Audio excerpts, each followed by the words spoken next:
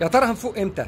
3000 سوداني راحوا الصحراء الشرقيه، سيطروا على مكان فيه مناجم الذهب، رفعوا علم السودان فوقه، قالوا احنا هنا لنا السياده السودانيه، يعني خلاص.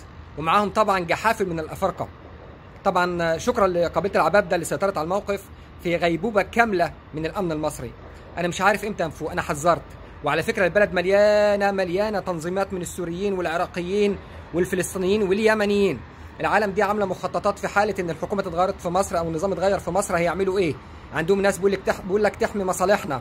الناس دي جاهزه جاهزه جاهزه. فوقوا. انا حذرتكم من موضوع اللاجئين، ادي بدايتها شويه صيع من السودانيين. شوفوا اللي هيحصل بعد كده. انا قلت لكم خليكم واسمعوا كلامي عشان تكون مصر. الناس دي بره مصر، لازم تكون بره مصر، تنطرب بره مصر. مصر للمصريين بعلمها الاحمر الخفاق وعن خد ذهبي يرفرف في سماء العالم ابتداء من 2024. عماد سعد الله رئيسا لمصر.